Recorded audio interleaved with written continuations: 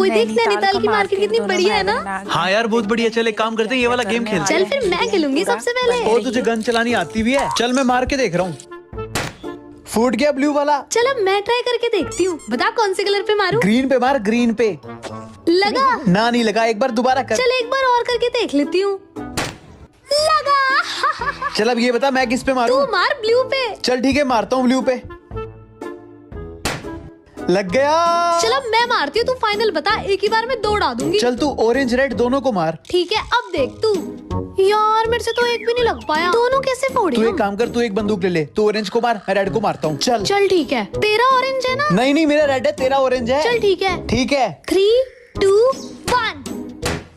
ये अरे मेरी तो बंदूक ही टूट गई। चल अब तू रेड वाला फोड़ के दिखा। वो मैं नहीं फोड़ने वाला। क्यों डर गया? वो मैं तब फोड़ूंगा जब आप लोग चैनल को सब्सक्राइब करोगे।